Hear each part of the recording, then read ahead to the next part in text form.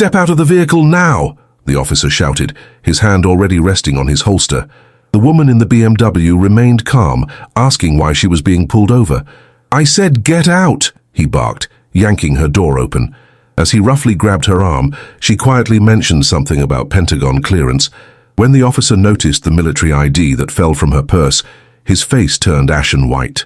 Sergeant James Dawson had been patrolling the wealthy suburb of Arlington, Virginia, for 8 years. To him, expensive cars driven by black people always warranted special attention. Tonight he spotted a sleek black BMW with tinted windows driving through the neighborhood. Without hesitation, he flipped on his lights, already constructing the story about a broken tail light in his mind.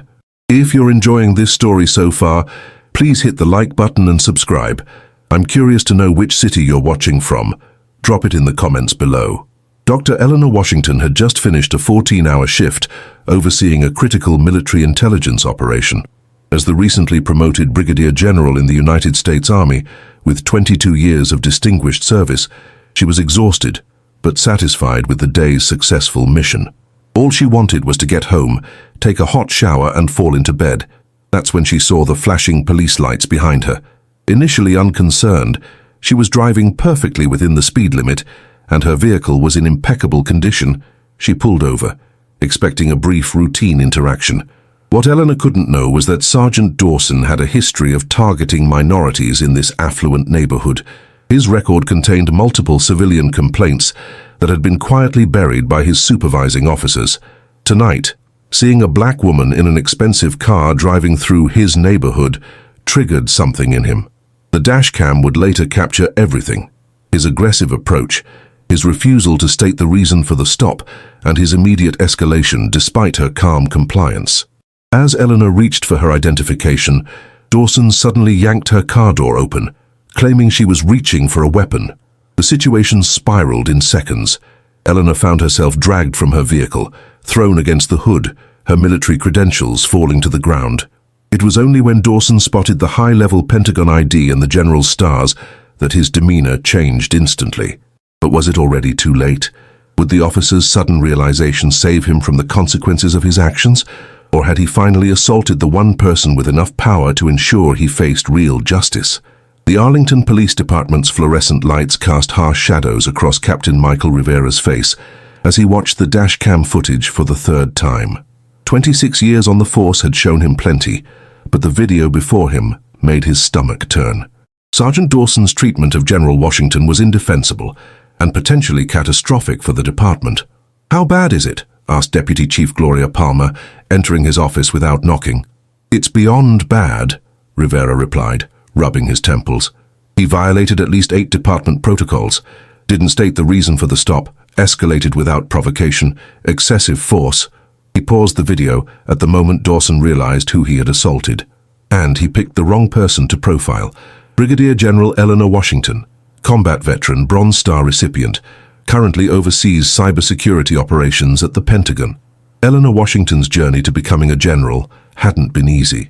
Born in Charleston, South Carolina, to working-class parents who emphasized education above all else, she'd graduated top of her class at Howard University before joining the Army through ROTC.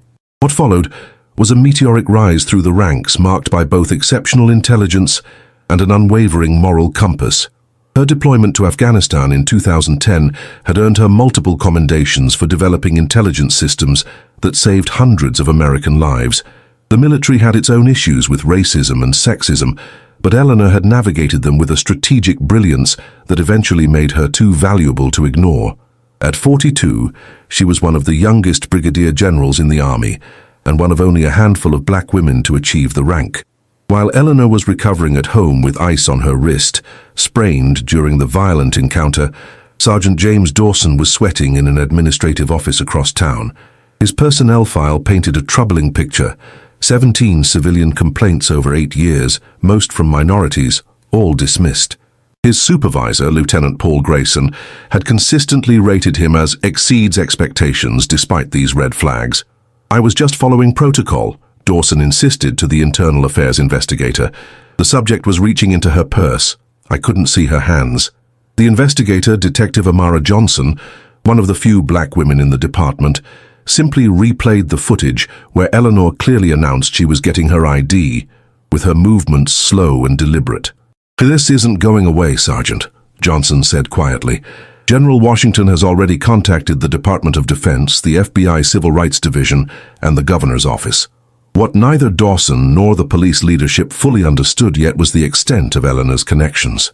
Throughout her military career, she had built relationships across every branch of government. Her former West Point classmates now held positions in federal law enforcement, the judicial system, and Congress. Her mentor was currently the chairman of the Joint Chiefs of Staff. Meanwhile, in a modest brick home 15 minutes from the Pentagon, Eleanor's longtime friend and JAG officer Colonel Marcus Bennett reviewed her case notes. "They'll try to settle," Marcus warned, his voice reflecting 20 years of military legal experience. "Police unions have powerful attorneys, and the city will want this to disappear." Eleanor winced as she adjusted the ice pack on her wrist. "This isn't about me, Marcus. How many others has he done this to? People without my resources or connections." As she spoke, her phone buzzed with messages of support from fellow officers, senators, and even the Secretary of Defense. The story was beginning to leak to the press, despite the department's efforts to contain it. In another part of town, Sergeant Dawson's wife Jennifer was packing a suitcase after receiving their 5th death threat of the evening. Their address had been posted online, and the family photo from their yard had been shared thousands of times on social media. Their teenage daughter sat crying on the couch, scrolling through hateful messages directed at her father. "This will blow over," Dawson assured them, though the tremor in his voice betrayed his uncertainty. He had no idea that General Washington was about to decline the department's initial settlement offer. She wasn't interested in money. She wanted systemic change. 3 days after the incident, the Arlington Police Department headquarters buzzed with unusual activity. Representatives from the Department of Justice Civil Rights Division had arrived that morning. The FBI had opened a parallel investigation. News vans crowded the parking lot, and Task Justice for Gen Washington was trending nationally. Inside a conference room with blinds drawn tight, Police Chief Walter Harmon faced the most challenging meeting of his 30-year career. "General Washington has declined our settlement offer," said City Attorney Diane Mercer, closing her leather portfolio with a snap. "She's not interested in financial compensation." "What does she want?" Chief Harmon asked, though he suspected he already knew the answer. "Accountability," replied Mayor Teresa Chen, who had flown back early from a conference to handle the crisis. "She wants Officer Dawson fired and charged. She wants an independent review of all traffic stops in this district for the past 5 years, and she wants a complete overhaul of your training and accountability systems." Chief Harmon's face flushed. "That's completely unreasonable. One unfortunate incident." "Unfortunate?" Mayor Chen's voice cut like steel. "I've watched that video 20 times, Chief. Your officer assaulted a decorated military officer, without provocation based on her race. And based on these preliminary reports," she slid a folder across the table, "it's far from his first unfortunate incident. The only difference is that his previous victims couldn't fight back with Pentagon connections." As the leadership meeting continued, Sergeant Dawson sat stone-faced in the precinct locker room. His fellow officers gave him a wide berth, all except Lieutenant Grayson, who had been his supervisor and protector for years. "They're making you the scapegoat," Grayson muttered, checking to ensure they were alone. "You followed procedure. If she had been some gangbanger with a gun instead of a general—" "But she wasn't," Dawson interrupted, the reality of his situation finally sinking in. "And now my family's staying with my in-laws because we can't go home. My daughter had to delete all her social media. My wife might lose her teaching job." What Dawson couldn't articulate was the deeper realization forming in his mind, that his assumptions about Eleanor, based solely on her race, had been catastrophically wrong. The woman he had manhandled was responsible for protecting national security systems that safeguarded millions of Americans, including his own family. Across town, Eleanor sat in her home office, surrounded by documents. Her sprained wrist was healing, but the psychological impact lingered. Each time she closed her eyes, she relived the moment of being thrown against her car, the terror of wondering if this officer, with his hand hovering near his weapon, might escalate further. "The department's internal investigation is a joke," said Marcus, reviewing the preliminary findings. "They're claiming Dawson followed protocol for a suspected non-compliance situation. Eleanor nodded, unsurprised. That's why I've authorized the release of the full video, including the audio. Within hours of the complete footage hitting social media, including Dawson's muttered racial slur as he approached her vehicle, which had been omitted from the official report, public outrage reached fever pitch. The hashtag evolved to Duck Fire Dawson Now, and calls flooded into the mayor's office and police department. Meanwhile, something unexpected was happening. Other victims of similar treatment by Arlington police officers began coming forward. 3 black professionals, 2 Hispanic students, and an Asian doctor all described nearly identical encounters with various officers, predominantly with Dawson and 2 of his closest colleagues. Eleanor's military training had taught her to identify patterns, and these testimonies revealed a clear systemic issue.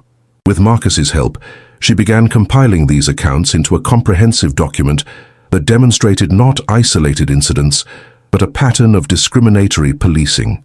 "This is bigger than one officer," Eleanor told Marcus as they worked late into the night. "It's about a system that enabled him, protected him, and would continue protecting others like him if we just settled quietly." As dawn broke over Arlington, Eleanor received a call from an unknown number. It was Jennifer Dawson, the officer's wife. "Why are you doing this?" Jennifer's voice was raw with emotion. "You've destroyed our lives. James isn't a bad person. He's a good father, a good husband." Eleanor took a deep breath before responding.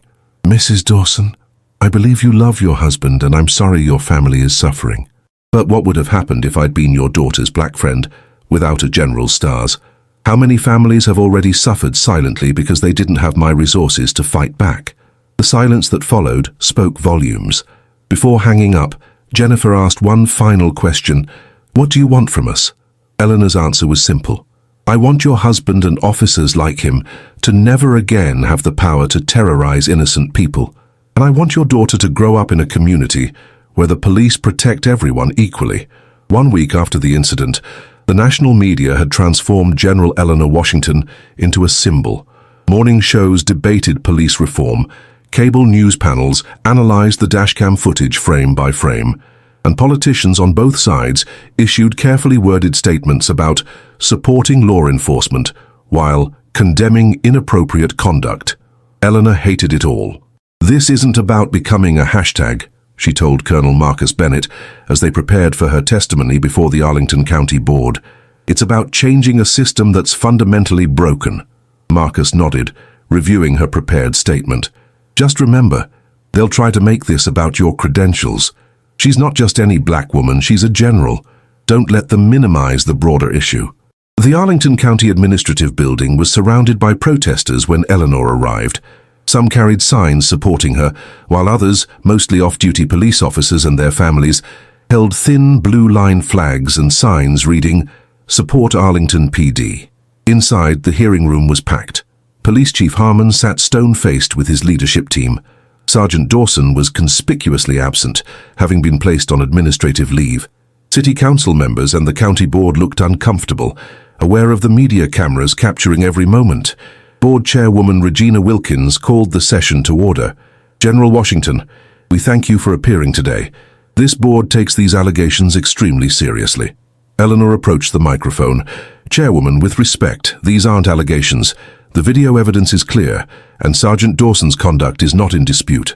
What's in question is whether this department has the courage to address the systemic issues that enabled his behavior." She then methodically presented her case, not just about her own experience, but incorporating testimonies from 12 other citizens who had suffered similar treatment. The pattern was unmistakable. Black and brown drivers were 9 times more likely to be physically removed from their vehicles during routine stops in Arlington than white drivers. "This isn't about one bad officer," Eleanor concluded. "It's about a culture that protects officers like Sergeant Dawson and buries complaints from citizens who lack my platform." Chief Harmon's rebuttal was predictable.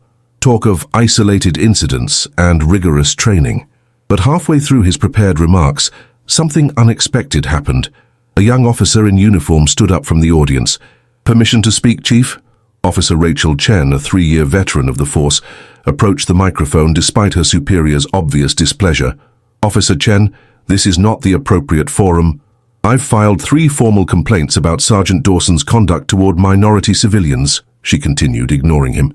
All three were deemed unfounded, despite witness statements and my own observations.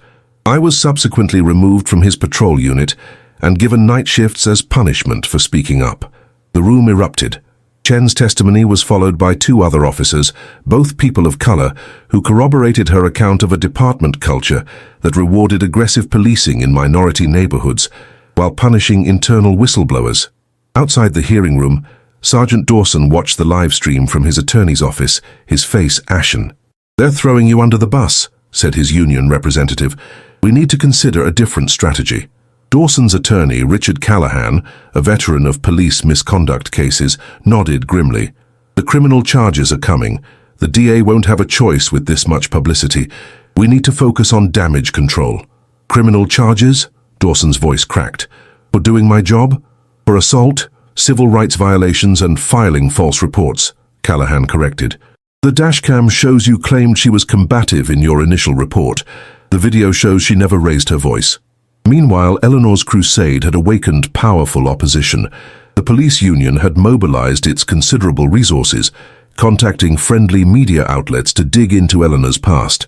Conservative commentators questioned why a military officer was attacking American law enforcement.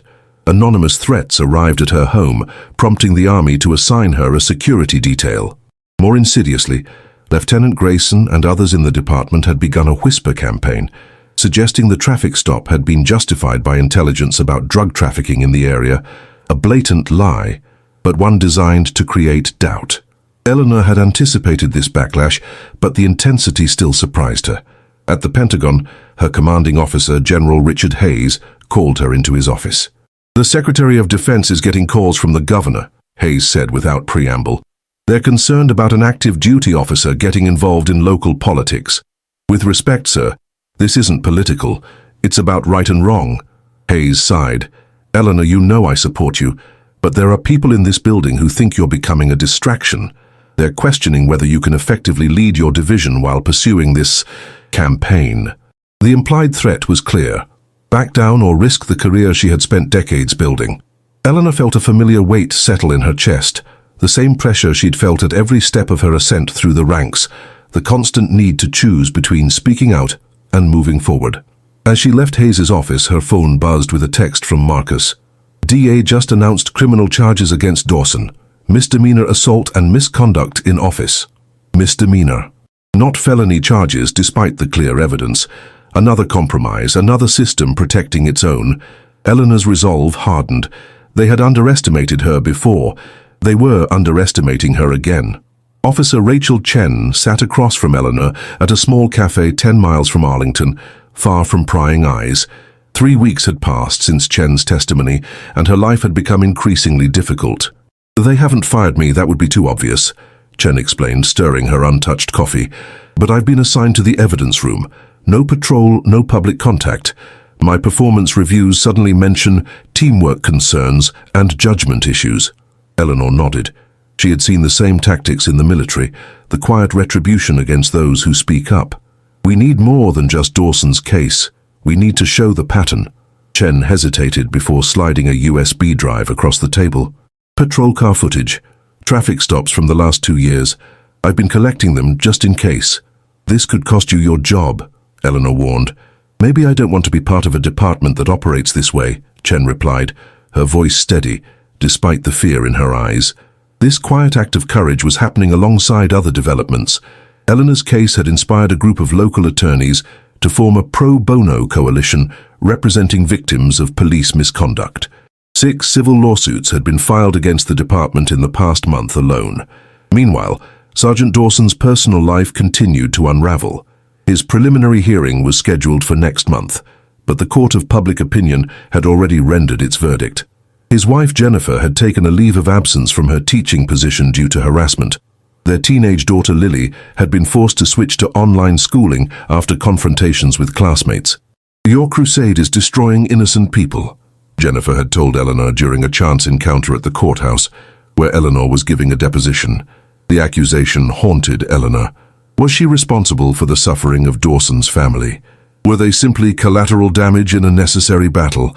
These questions weighed on her as she drove to her parents' home in Maryland for Sunday dinner, a ritual she maintained despite her demanding schedule.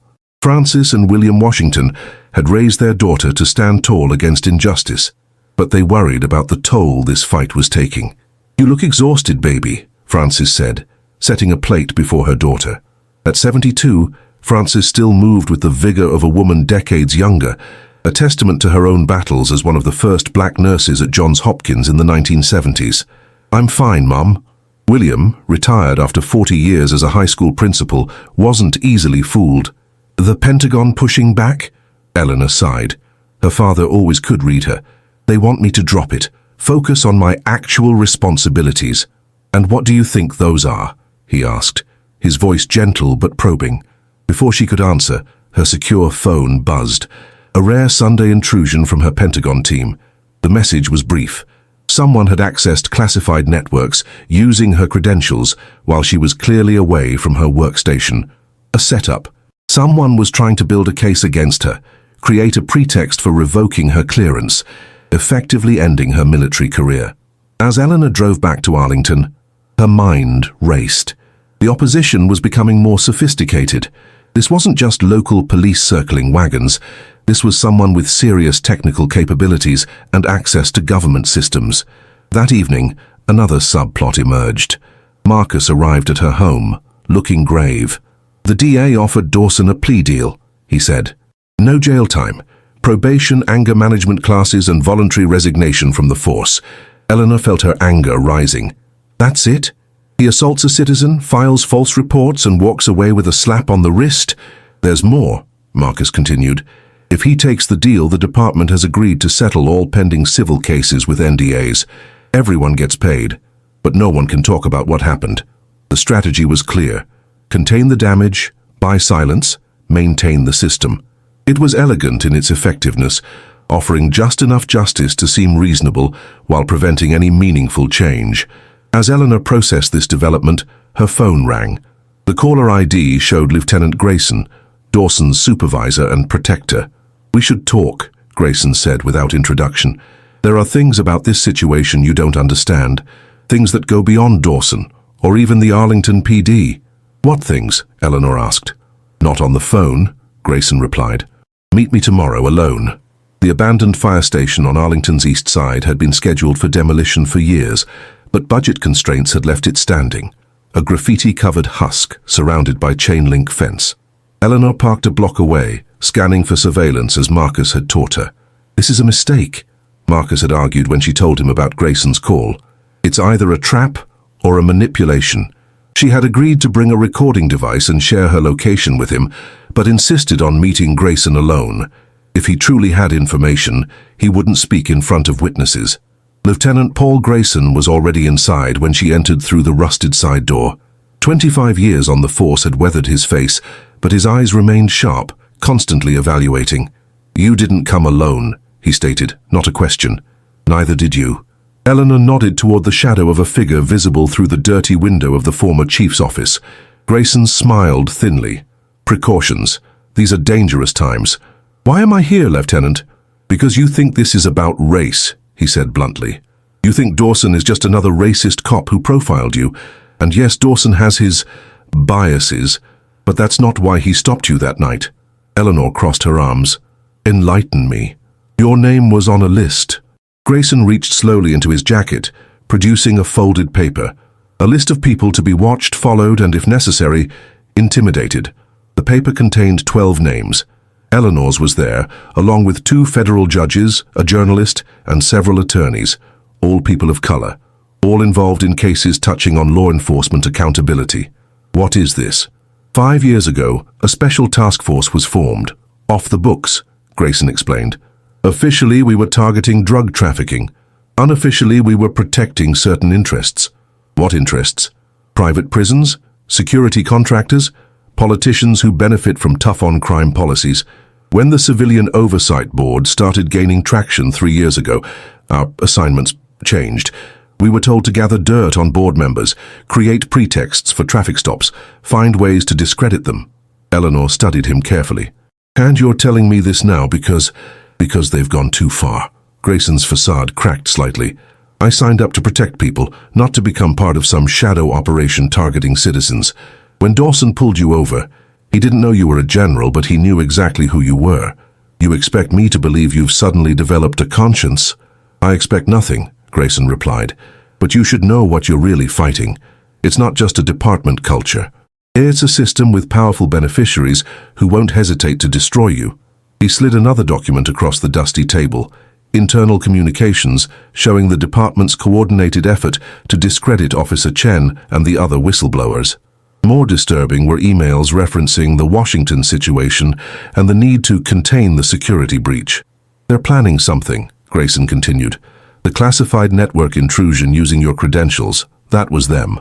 They're building a case that you're unstable, leaking classified information to support your vendetta. Eleanor's mind raced. If what Grayson was saying was true, this wasn't just about Dawson anymore. It was about a coordinated effort to use law enforcement as a tool for silencing opposition and protecting powerful interests. Why would you risk telling me this? A shadow crossed Grayson's face. My daughter, medical student at Howard. Last month, she was pulled over in Maryland. Officer drew his weapon, forced her to the ground. When I tried to file a complaint, suddenly I was reminded of my obligations to the team. The irony wasn't lost on Eleanor, a man who had enabled a corrupt system now seeking redemption because that same system had finally affected someone he loved. What do you want from me? She asked. Take it all down, Grayson said simply. I'll testify about everything. The targeted surveillance, the cover-ups, all of it. But my family needs protection. As Eleanor left the meeting, she felt the weight of this revelation. What had started as one incident on one night had expanded into something far larger and more dangerous. She was no longer just fighting for justice in her own case. She was potentially exposing a network that used police power for political purposes. Back in her car, she called Marcus. Everything's changed, she told him.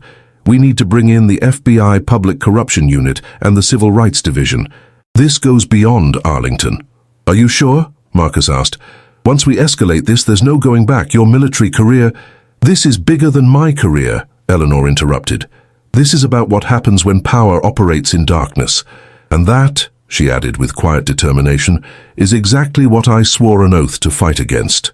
As she drove away, Eleanor didn't notice the unmarked car that pulled out 3 vehicles behind her, or the camera that had captured her meeting with Grayson. The opposition was watching, and they were already planning their next move. The FBI field office in Washington, D.C. hummed with activity as Special Agent Danielle Perez reviewed Lieutenant Grayson's testimony for the 3rd time. After 20 years with the Bureau's Public Corruption Unit, very little surprised her anymore. This case, however, was exceptional.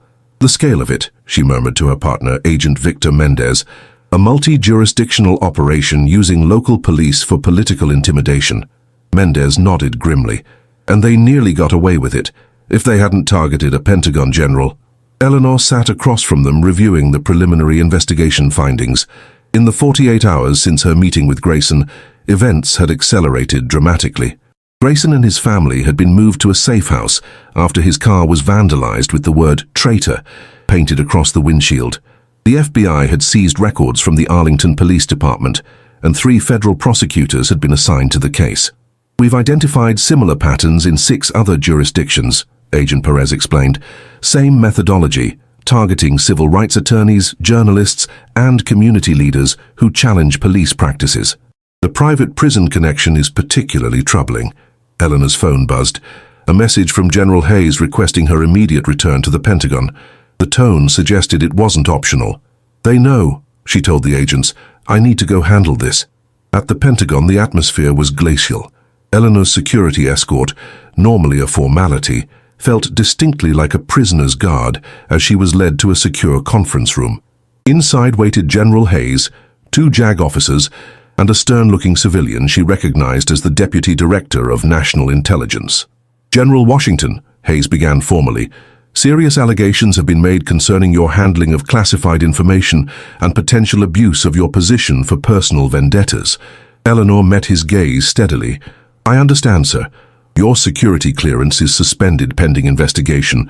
You'll surrender your credentials and access cards before leaving today. Though she had anticipated this, the reality still stung. 22 years of exemplary service, and now she was being treated like a security risk. General Hayes, I've broken no regulations. I've shared no classified information. The allegation that I used Pentagon resources to target local police is demonstrably false, and I believe you know that. The deputy director leaned forward. What we know, General Washington, is that you've entangled yourself in a complex local matter that has now escalated to federal agencies. Your judgment is in question. My judgment? Eleanor's voice remained controlled despite her rising anger. I was assaulted by a police officer during a targeted harassment operation. Now the FBI is investigating a multi-state conspiracy involving law enforcement corruption. How exactly does responding to these events demonstrate poor judgment? The room fell silent. One of the JAG officers shuffled uncomfortably. General Hayes finally spoke. Eleanor, off the record, you've kicked a hornet's nest. There are senators calling for your resignation. Defense contractors questioning your objectivity. You need to step back before this destroys everything you've built. Eleanor understood the subtext. Powerful people were being implicated, and they were using their influence to silence her. With respect, sir, I cannot and will not step back. Across town, Sergeant Dawson faced his own reckoning. His attorney's office had become a war room, with Callahan frantically trying to renegotiate his plea deal in light of Grayson's testimony. The DA has pulled the offer, Callahan explained to a shell-shocked Dawson. With Grayson cooperating, they're now looking at federal civil rights charges. Conspiracy charges. I was following orders, Dawson insisted, his voice hollow.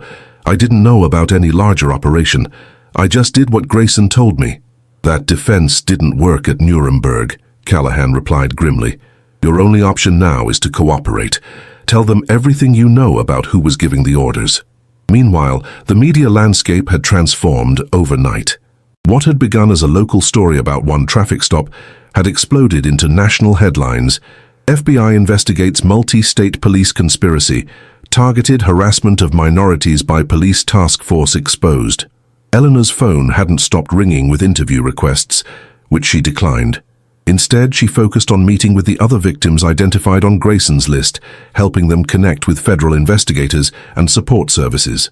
That evening, as she packed her Pentagon office under the watchful eye of security personnel, her assistant handed her a note that had been delivered by courier. Consider carefully what you have to lose, it read. Some battles cannot be won.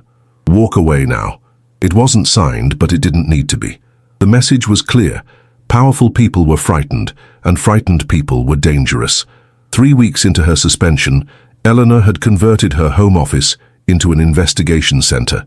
The walls were covered with photos, timelines, and connections, a visual map of the conspiracy Grayson had exposed. Though officially sidelined from the Pentagon, she had become the unofficial coordinator for victims and whistleblowers coming forward from police departments across 3 states. Officer Rachel Chen arrived for their now regular strategy meeting, accompanied by 2 more officers who had recently decided to break ranks. The Internal Affairs Director resigned this morning, Chen reported. The FBI interviewed him for 8 hours yesterday. Eleanor nodded, adding this to her timeline. Any movement on Captain Rivera? Still maintaining he knew nothing about the targeted surveillance, one of the new whistleblowers replied, but his emails suggest otherwise. The toll of the fight showed on all of them. Chen had officially been fired for breach of department confidentiality. Eleanor's military career hung in limbo, yet something remarkable was happening. A growing network of support from unexpected places. Retired police officers had begun speaking out about similar practices they'd witnessed.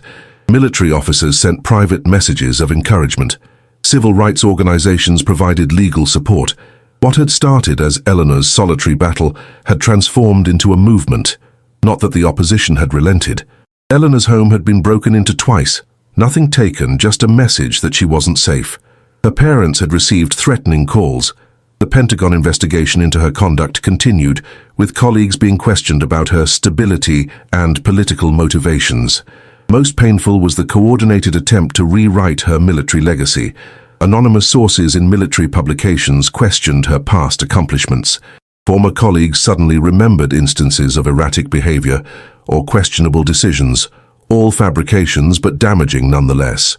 They're trying to erase everything I've achieved, she confided to Marcus during a rare moment of vulnerability. 22 years of service reduced to angry black woman with a vendetta. Marcus had seen this strategy before. They can't fight the facts, so they're attacking your character. It means they're desperate. That evening, Eleanor received an unexpected visitor. Jennifer Dawson, the sergeant's wife, stood nervously on her doorstep. "I know you have no reason to speak with me," Jennifer began, "but I need to tell you something." Eleanor invited her in, cautious but curious. "James is cooperating with the FBI," Jennifer explained, her hands trembling slightly. "He's giving them names, who ordered the surveillance, which judges helped bury complaints, which politicians benefited. Why are you telling me this?" Jennifer's eyes filled with tears. "Because he's terrified. He's received threats from inside the department. He thinks they'll kill him before he can testify." Eleanor studied the woman before her, someone who had once accused her of destroying their family, now seeking her help. "I'm not asking for your forgiveness," Jennifer continued. "What James did to you was wrong. He's admitted that. But there are bigger players who will escape justice if he can't tell his story." After Jennifer left, Eleanor paced her living room, wrestling with conflicting emotions. The man who had assaulted her, who had terrorized countless others, now wanted her protection. The easy response would be refusal. Let Dawson face the consequences of the system he had enforced. But Eleanor hadn't risen to her rank by taking the easy path. The next morning, she contacted Agent Perez. "Dawson needs witness protection if you want him to testify. His family too." "You're advocating for the man who assaulted you?" Perez sounded incredulous. "I'm advocating for justice," Eleanor corrected. "Dawson is a symptom. I want the disease." This decision marked a turning point. In the following days, Eleanor shifted her approach from pursuing personal vindication to systematic reform. Working with a coalition of legal experts, civil rights leaders, and ethical law enforcement officers, she drafted a comprehensive proposal for police accountability, not just in Arlington, but nationwide. When a reporter asked if she was concerned about her suspended military career, Eleanor's response reflected her evolution. "I've spent my life protecting American values from external threats. Now I'm defending those same values from internal corruption. The uniform may be different, but the mission remains the same." Her words resonated far beyond what she could have anticipated.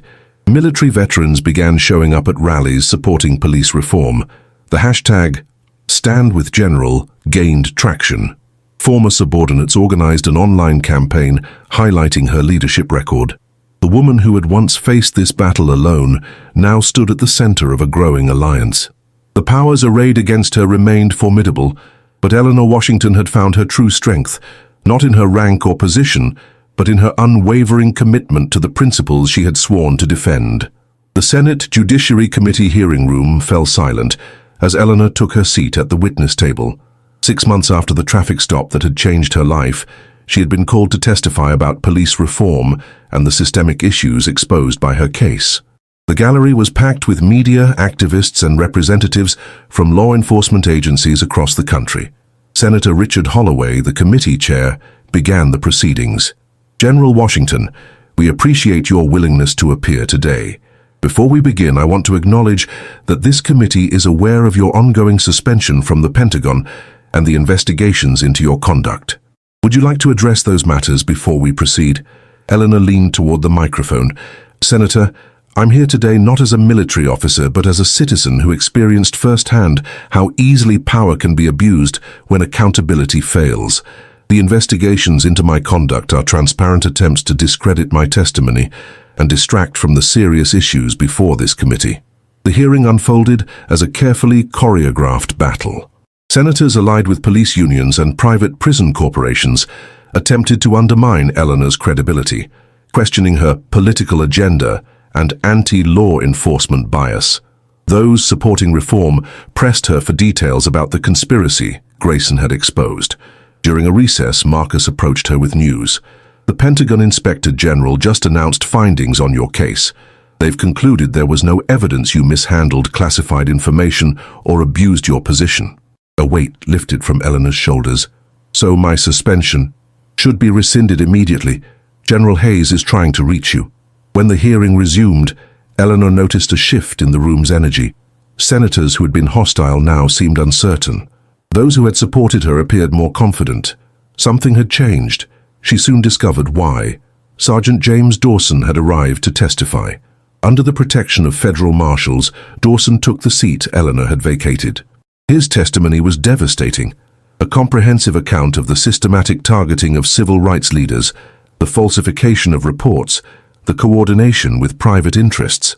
"We were told which judges would dismiss complaints," Dawson explained, his voice steady despite his evident shame. "We knew which prosecutors would decline to file charges against officers. The whole system was designed to protect itself." When asked why he had stopped General Washington that night, his answer silenced the room. "I was given her name, her vehicle description, and instructions to find something, anything, that could be used against her. She had been identified as a potential problem because of her connections to civil rights attorneys who were challenging qualified immunity protections for officers."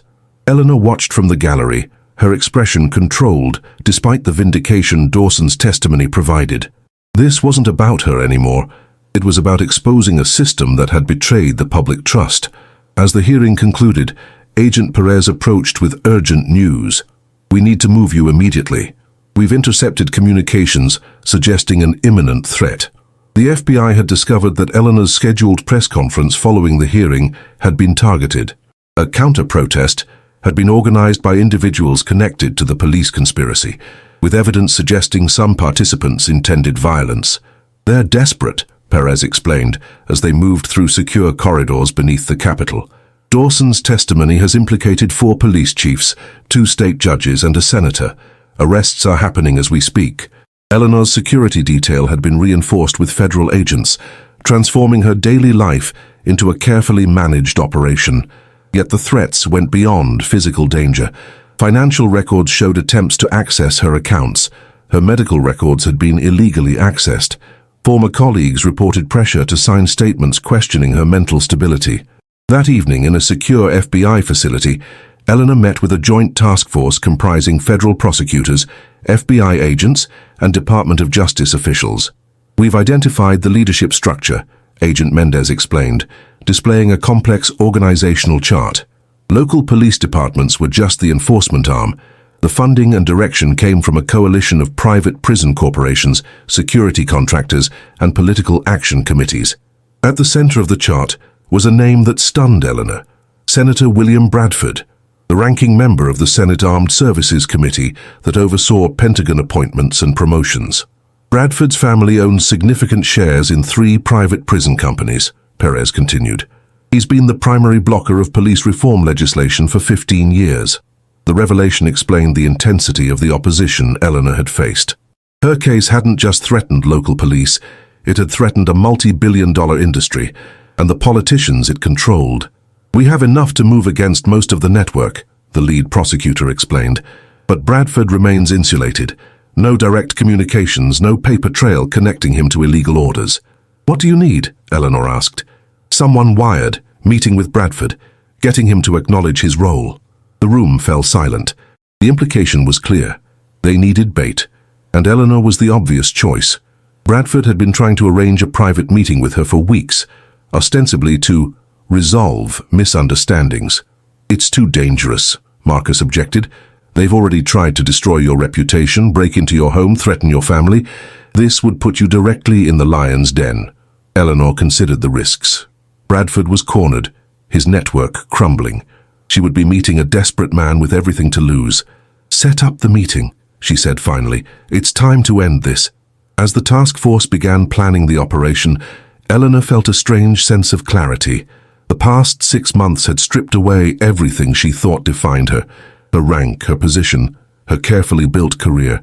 What remained was something more essential: her commitment to justice and the oath she had taken to defend the Constitution against all enemies, foreign and domestic. Tomorrow she would face perhaps the most powerful of those enemies, armed with nothing but the truth and a wire. The exclusive dining room at the Oakwood Club in Georgetown represented everything Senator William Bradford valued: old money, discretion, and power carefully maintained behind polished mahogany doors. As one of Washington's most prestigious private clubs, it had hosted secret negotiations and backroom deals since the Civil War. Eleanor arrived precisely on time, dressed in a tailored navy suit that echoed her military bearing without the uniform she was still prohibited from wearing. The wire hidden beneath her silk blouse felt foreign against her skin, a constant reminder of what was at stake. Senator Bradford rose as she approached. His silver hair and bespoke suit projecting the image of dignified statesmanship he had cultivated over 6 terms in office. "General Washington," he greeted her with practiced warmth, "thank you for agreeing to meet privately. I believe we can resolve this unfortunate situation to everyone's benefit." Eleanor took the offered seat, noticing the 2 men at a nearby table, Bradford's security, watching her carefully. The FBI had agents positioned throughout the club, but in this moment she felt utterly alone. "I appreciate your concern, Senator, but I'm not sure what situation you're referring to." Bradford smiled thinly, pouring her a glass of water. "Your suspension, the investigations, the rather public crusade you've embarked upon. It's all become quite messy, unnecessary really." "Unnecessary?" Eleanor kept her voice level. "A conspiracy to use police power to intimidate citizens seems quite necessary to address." "Allegations," Bradford corrected smoothly, "made by a disgraced officer facing criminal charges and another seeking to save his career. Hardly reliable witnesses." Eleanor needed Bradford to be explicit. General statements wouldn't be enough for prosecutors. She had to push harder. "Senator, we both know those allegations have been substantiated. The FBI has financial records, communications, witnesses from 6 jurisdictions. What I don't understand is why someone of your stature would be involved in something so fundamentally contrary to our constitutional principles." Bradford's smile vanished. He leaned forward, voice lowered. "Principles? Let's discuss principles, General. Law and order is a principle. Respect for authority is a principle. When activists and agitators undermine police, they threaten the very fabric of society. And this justifies targeting citizens for surveillance, creating pretexts for traffic stops to intimidate them, using police power as a political weapon." The senator studied her for a long moment. "You're a smart woman, Eleanor.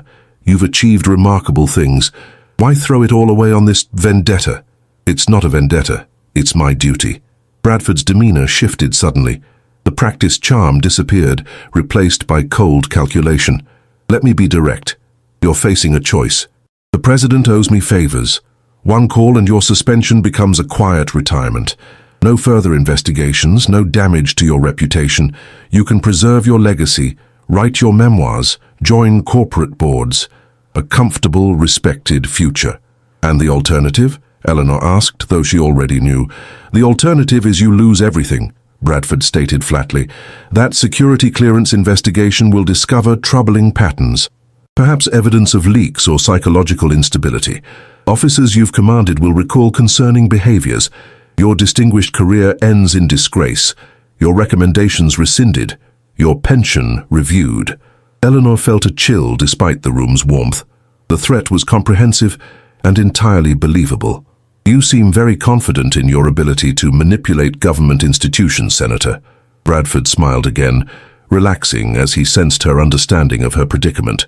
"I've served on oversight committees for intelligence, defense, and judiciary for 30 years, General. I've appointed judges, approved agency directors, and shaped budgets. These aren't threats. They're simply realities of how Washington works." Eleanor took a deliberate sip of water, buying time to frame her next question precisely as the FBI had instructed. "And the operation targeting civil rights attorneys, journalists, and activists, that's also how Washington works." "That program has been remarkably effective," Bradford replied, lowering his voice further. "Crime rates down, troublemakers contained, order maintained. A few aggressive traffic stops, some strategic prosecutions, small prices to pay for social stability. And the private prison corporations that benefit, the security contracts, how do they factor into this social stability?" Bradford's eyes narrowed. "The private sector delivers services efficiently. Government partnerships with these companies benefit everyone. Some of us understand this symbiotic relationship requires protection. Protection you provided by targeting citizens who questioned these arrangements." "I provided oversight for a necessary program," Bradford stated coldly. "One that recognized certain elements in society require firmer handling. Your unfortunate experience was regrettable, but ultimately a mistake in execution, not concept." The admission hung in the air between them. Eleanor maintained her composure despite the surge of vindication. Bradford had just implicated himself directly. "So to be clear, Senator, You're acknowledging you had knowledge of and provided oversight for the program that targeted me and others for police harassment? Bradford smiled condescendingly. I'm offering you a way out, Eleanor. Take it. Everyone has their price. What's yours? Eleanor stood slowly. Senator, you're right about one thing. I do have a price. She opened her jacket slightly, revealing the wire. It's justice, and you just paid it in full. Bradford's face transformed as the implications hit him. In the same moment, FBI agents appeared at the dining room entrance. This is illegal, Bradford hissed. I'll have every recording suppressed. You've destroyed yourself for nothing. Eleanor watched calmly as Agent Perez approached their table. No, Senator. You built a system that destroyed people for profit and power. I simply exposed it. As Bradford was escorted out, Eleanor felt no triumph, only a solemn satisfaction that the oath she had taken decades ago still meant something. The system hadn't protected the powerful this time. 18 months later, Eleanor Washington stood at the podium in the Pentagon briefing room, the stars of a major general newly affixed to her uniform.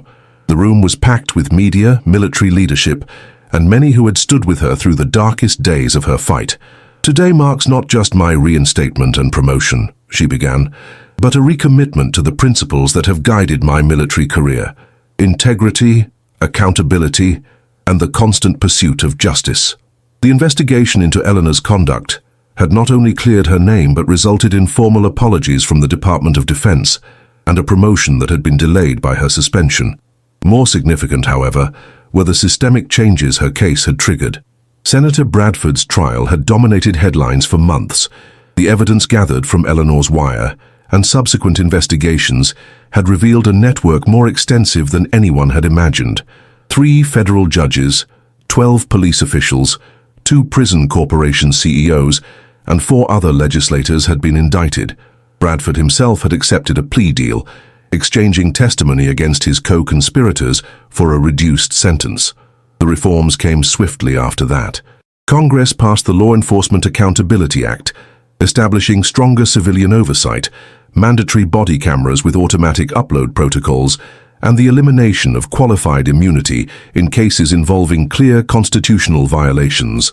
Major cities restructured their police disciplinary systems, removing internal affairs from the chain of command to ensure independence.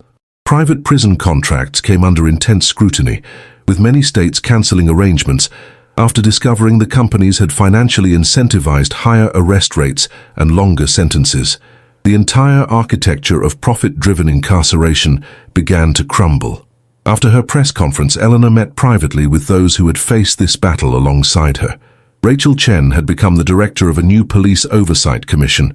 Grayson had served his reduced sentence and now consulted on police reform initiatives nationwide. Dawson, after serving time for his role in the conspiracy, worked with a restorative justice program, meeting with communities harmed by aggressive policing. I never imagined this outcome when I was pulled over that night, Eleanor told them. But sometimes the greatest service we can render is revealing uncomfortable truths. Later that evening, Eleanor visited her parents' home for a celebratory dinner. As she helped her mother in the kitchen, Frances looked at her daughter with deep pride. "When you were little, I always worried about the world you'd face," she said, stirring a pot of her famous gumbo. "I taught you to be twice as good, to never show weakness. I worried it made you too hard. You taught me to be resilient, Mom." Frances touched her daughter's cheek. "But what I'm most proud of is that after all this, you didn't become bitter. You turned your pain into purpose." William joined them, ever the educator. "You know what I tell my students about your case? That systems don't change because of comfort.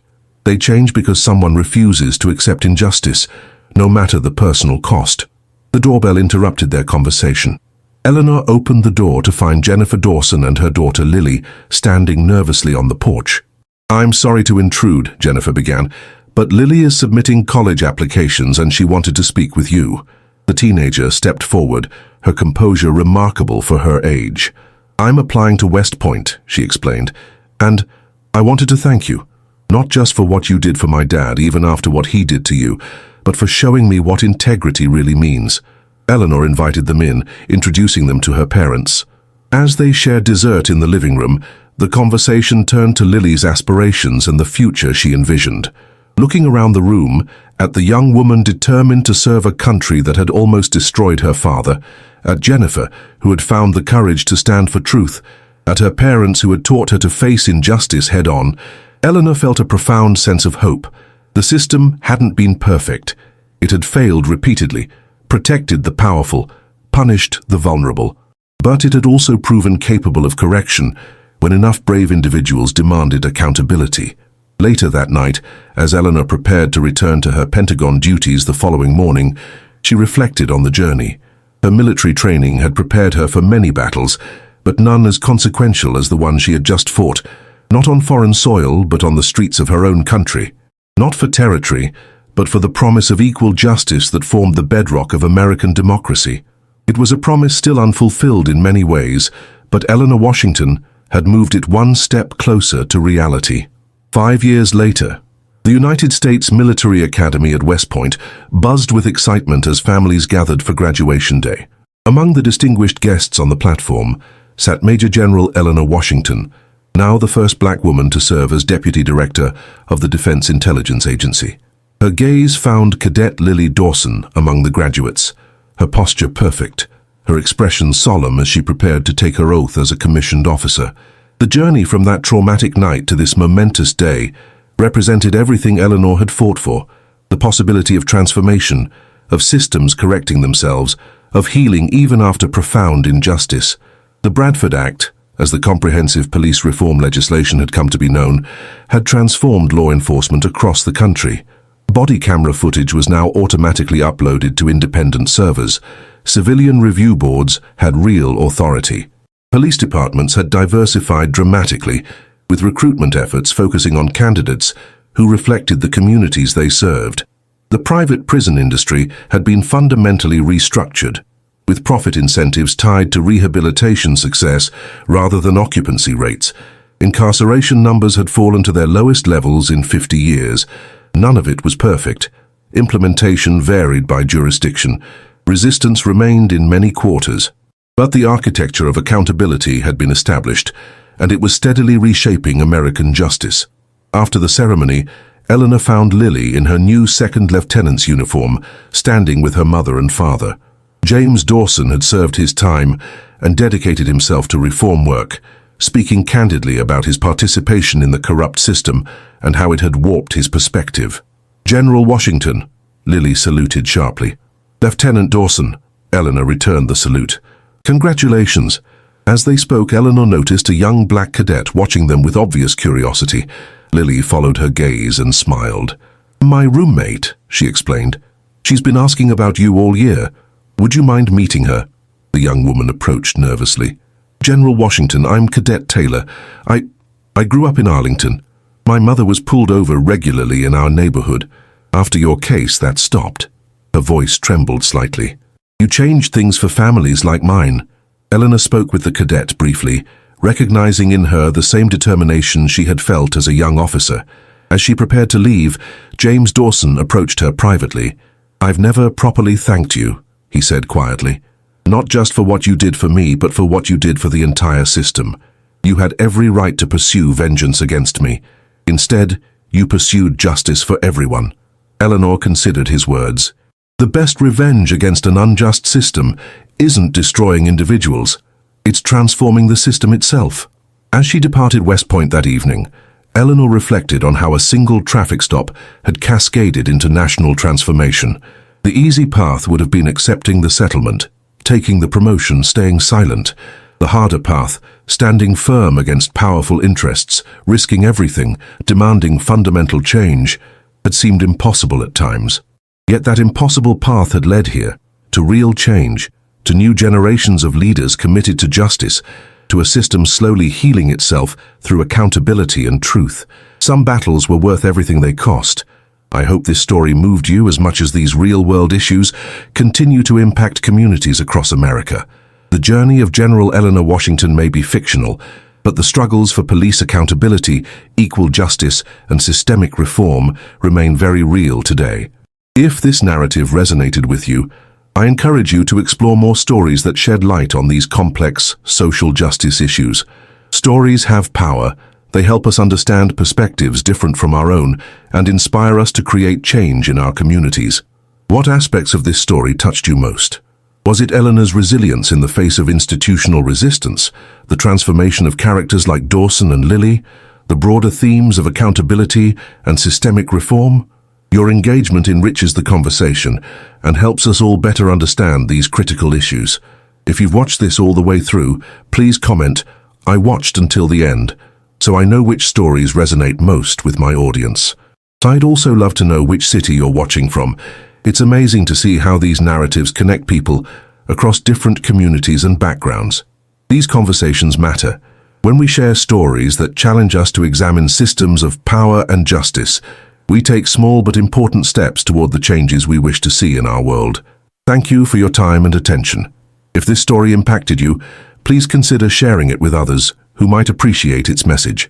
And don't forget to check out the video appearing on your screen now for another powerful story that examines social justice themes from a different angle. Remember, the most powerful tool for change is an engaged citizen who refuses to accept injustice.